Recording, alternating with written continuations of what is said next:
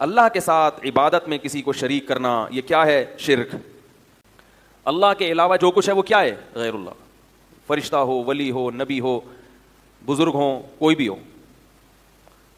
تو پکارنا، اب یہ جو پکارنے کا لفظ جب ہم استعمال کرتے ہیں کہ اللہ کے علاوہ کسی اور کو پکارنا شرک ہے، پہلے تو اس کی دلیل کیا ہے؟ قرآن کی آیت ہے لا تدعو مع اللہ احدا. ایک جگہ فرمایا الہن آخر، اللہ کے سوا کسی دوسرے معبود کو مت پکارو. بھی کوئی کہا کرے نا آپ سے کوئی بھی کہ غیر اللہ کو پکارنا شرک نہیں ہے، تو اس سے پوچھا کرو پھر کون سی پکار شرک ہے کون سی نہیں.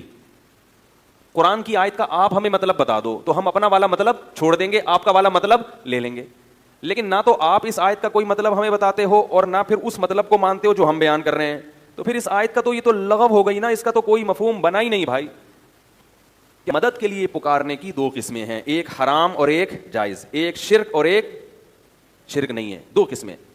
ایک مدد وہ ہوتی ہے جو کسی لاجک کے تحت آپ کی مدد کرے گا، جس کو آپ بلا رہے ہیں مدد کے لیے. جیسے میں آپ سے مدد مانگتا ہوں ڈوبتا ہوا، میں ڈوب رہا ہوں، اللہ نہ کرے سمندر میں ڈوب رہا ہوں، آپ ساحل پہ کھڑے ہیں، میں کہتا ہوں پلیز ہیلپ می، مدد کرو میری. کیا مطلب؟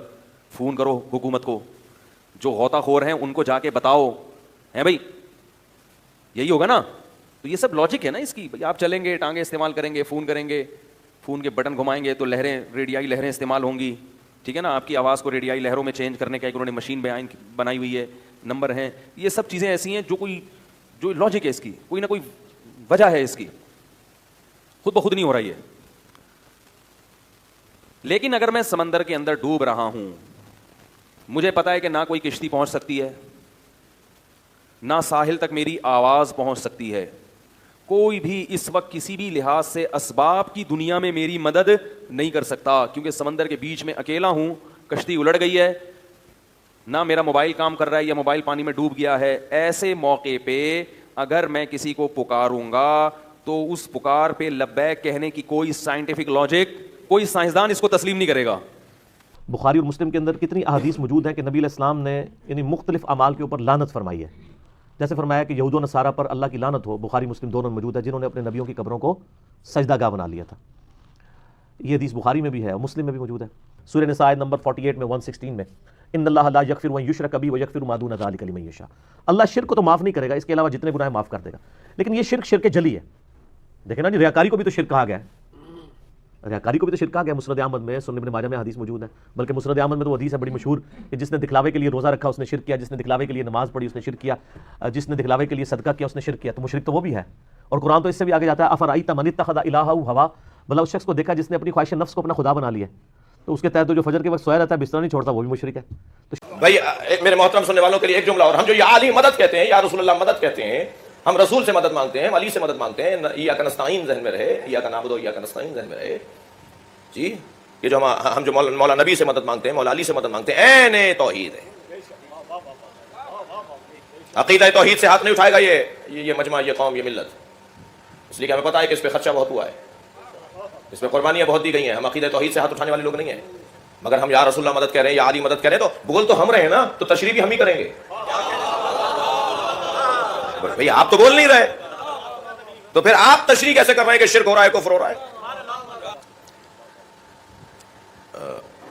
ہم حضور جب یا اللہ مدد کہتے ہیں، یا رسول اللہ مدد کہتے ہیں، یا علی مدد کہتے ہیں، تو یہ ہم علی کو، مولا رسول کو اللہ کے عرض میں نہیں رکھتے. فلسفے میں ایک اصطلاح ہے عرض کی، ایک اصطلاح ہے طول کی. جی ہاں، یہ لفظ یہاں استعمال ہوتا ہے طول و عرض. جی ایک اصطلاح ہے عرض، عرض برابر برابر کو کہتے ہیں، طول اوپر نیچے کو کہتے ہیں. ہم جب اللہ سے مدد مانگتے ہیں، مولا علی سے مدد مانگتے ہیں، تو عرض میں رکھ کے، برابر نہیں ہے، برابر نہیں ہے. ہمیں معلوم ہے برابر نہیں ہے، ہمیں پتہ ہے کہ برابر نہیں ہے، ہم بولتے ہوئے جانتے ہیں کہ ہم کیا بول رہے ہیں. ہم ان کو عرض میں نہیں رکھتے، طول میں رکھتے ہیں. میں جناب عابد صاحب کی خدمت میں گیا، میں نے کہا حضور مجھے ضرورت ہے، کچھ رقم دے دیجئے، مثال کے علاوہ کچھ اور نہیں ہے. فرمانے لگے اللہ سے مانگیے. اب 3 مثالیں، 3 تصویریں مدد مانگنے کی. فرمانے لگے اللہ سے مانگیے. میں نے کہا جی میں اللہ سے نہیں مانگوں گا، معاذ اللہ، نہیں دے رہا، معاذ اللہ، مجھے نہیں مانگنا اس سے، معاذ اللہ، آپ سے مانگنا ہے. یہ انداز دعا ہے مگر کافرانہ ہے. اللہ کے وجود کا انکار کر کے کسی سے بھی مانگنا کفر ہے. واضح اور روشن عقیدہ ہے تشیع کا. صلوات پڑھیں محمد و آلہ. اللہ کا انکار کر کے مانگنا یہ کفر ہے. میں نے کہا حضور مجھے کسی رقم کی ضرورت ہے, کہا اللہ سے مانگیے. میں نے کہا کل اللہ سے مانگا تھا, آج آپ سے مانگ رہا ہوں. فلاں چیز اس سے مانگی ہے, یہ چیز آپ سے مانگ رہا ہوں. معاذ اللہ, یہ انداز دعا ہے مشرکانہ. یہ انداز دعا ہے مشرکانہ, اللہ کے برابر کسی کو رکھنا, یہ انداز دعا ہے مشرکانہ. مگر ایک اور بھی تو طریقہ ہے, ایک اور بھی تو تصویر ہے مانگنے کی. ایاک نعبد و ایاک نستعین آپ کے ذہن علی میں. میں نے کہا حضور مجھے رقم کی ضرورت ہے, کہنے لگے اللہ سے مانگیے. میں نے کہا میں اللہ ہی سے مانگ رہا ہوں.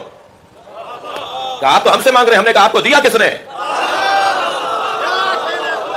مجھے علی سے مانگتے وقت یقین ہوتا ہے اللہ نے علی کو عطا کیا. صلوات پڑھیں محمد و آل محمد.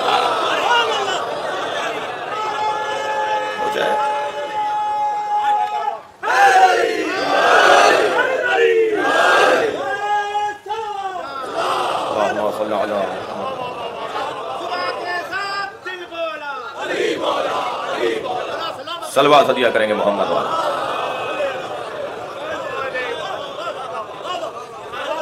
یہ غیر خدا سے مدد نہیں ہے. ہر کام کا دار و مدار نیت پر ہے. الاعمال بالنیات, یہی کیا حدیث ہے. مجھ سے پوچھا جائے گا میری نیت کیا ہے, عمل انجام دینے والا بتائے گا کہ اس کی نیت کیا ہے. نیت کی بنیاد پر میرے اعمال ہیں, اور پھر شواہد موجود ہیں, قرائن موجود ہیں. بھائی ایک ممبری زبان کا جملہ کہنے جا رہا ہوں. جو جس کے ہاں پیدا ہوتا ہے اس کی عادتیں آتی ہیں نا.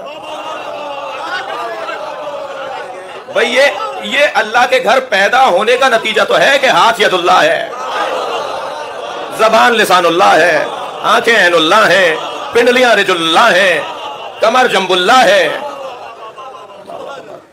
یہ پورا وجود عین اللہ ہے, یہ پورا وجود ید اللہ ہے, یہ پورا وجود جنب اللہ ہے. جی اچھا, ساری چیزوں کی نسبت تو اللہ سے ہو گئی. جب نبی مکرم نے دیکھا کہ سارے اعضاء علی سے منسوب, اللہ سے منسوب ہو گئے, تو فرمایا اللہ موقع لحمی دموں کا نبی. تمہارا خون میرا خون ہے, تمہارا گوشت میرا گوشت ہے. اور اب اگر کوئی نبی سے اور علی سے مدد مانگ رہا ہے, میں جملہ اور بہتر کروں, اگر کوئی علی سے مدد مانگ رہا ہے تو وہ اللہ سے بھی مدد مانگ رہا ہے, رسول اللہ سے بھی مدد مانگ رہا ہے.